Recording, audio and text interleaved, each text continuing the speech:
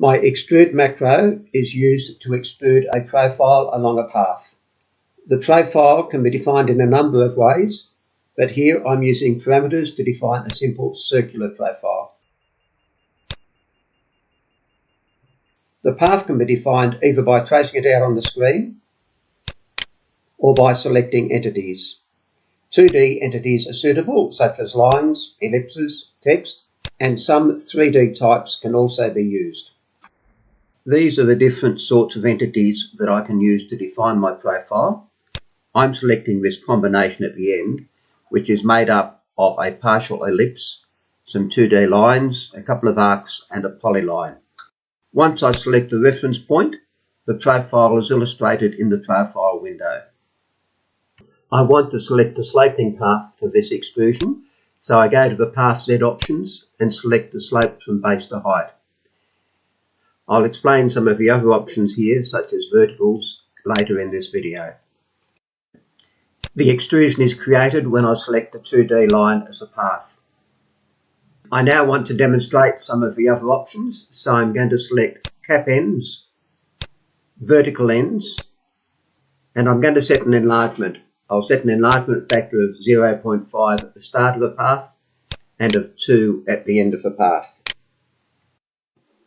I'll change my line colour so that we can tell the extrusions apart, and I'm going to select the confirm dialog option so that when I select the path, this confirmation dialog will display. I can use this dialog to change options, so I'm going to change the slope from height to base instead of base to height, and I can check that the end treatment and enlargement options are what I wanted before I proceed to create the extrusion. I'll render these extrusions so we can take a better look at them. The enlargement of the yellow extrusion is pretty obvious, and we can see that the green has open ends whilst the yellow is solid. If we turn it around, we can see that the ends of the yellow extrusion have been modelled vertically, whilst the ends of the green extrusion are modelled perpendicular to the slope of the path. I exited the macro and deleted those extrusions. When I come back into the macro, I have the option to select the previously used profile. I'm going to select to extrude at both the Z height and the Z base of my path entities. When I select this group of lines, you can see that it's created two separate extrusions. I've deleted those because I want to illustrate the effect of selecting verticals as well as base and height as the Z treatment. When I add verticals to the Z settings, the macro will create an extrusion that wraps around the outside of the selected path entities. The extrusion created along the base height of the path will be the same way up as the section profile, but as it wraps around, the extrusion at the top will obviously be inverted. I want the curved side on the outside of my extrusion, so I'm inverting the profile accordingly.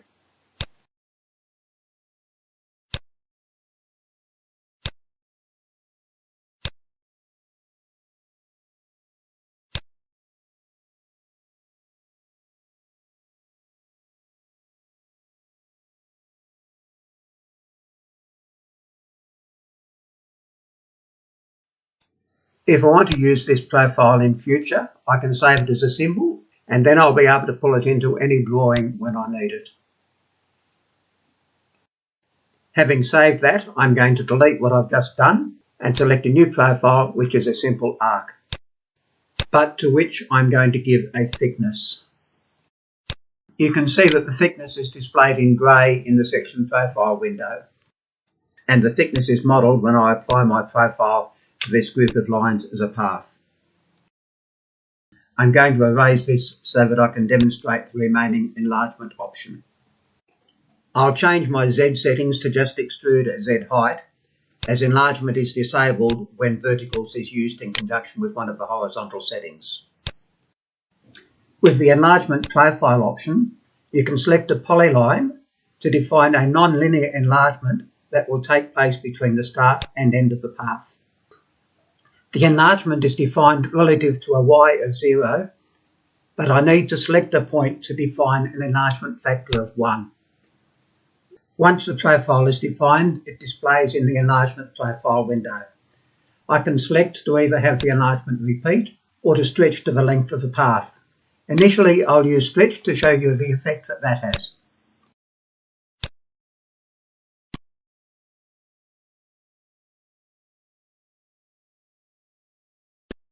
And now I'll change it to repeat, delete the previous extrusion, and create the extrusion using the repeat setting.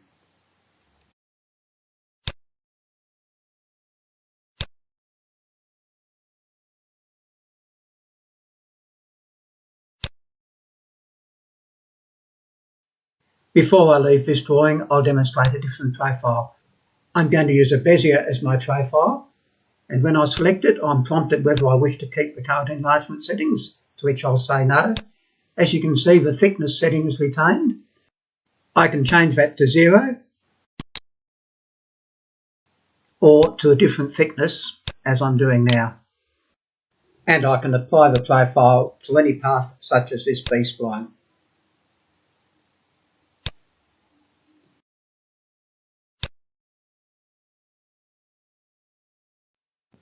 I mentioned previously that some 3D entities were suitable as paths.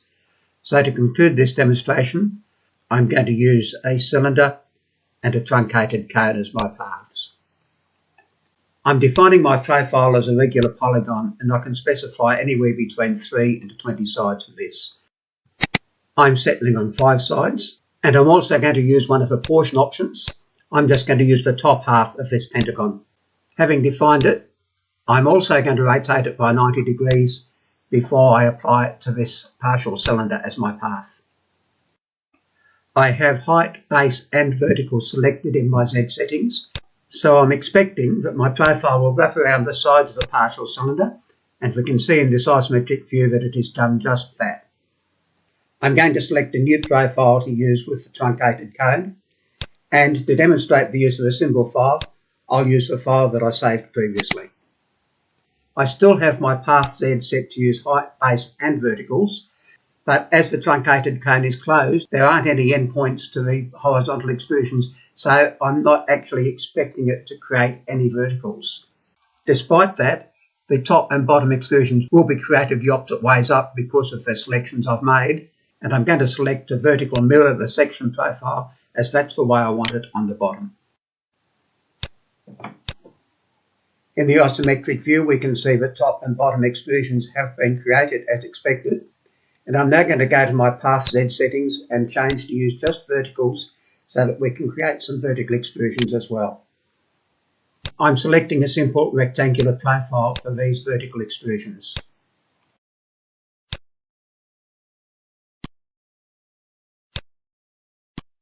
When we look at the extrusions that have been created, we can see that they are not evenly spaced. This is because of the way that DataCAD segments curves. So I'm going to delete these extrusions and go to the macros advanced options and to change the path curve division settings. I'm selecting a fixed number of divisions rather than using the DataCAD settings. It's also important that I make sure that equal divisions is selected. I could change the number of divisions, but I'm going to leave it at 36.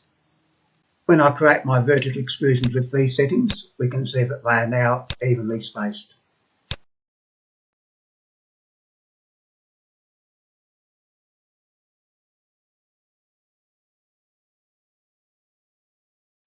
I've written quite an extensive reference manual for this macro. When you download it, I hope that you'll extract the PDF file to the same location as the macro itself. When you do that, you can view the manual by selecting Help/About from the Macros menu and then selecting to view the reference manual.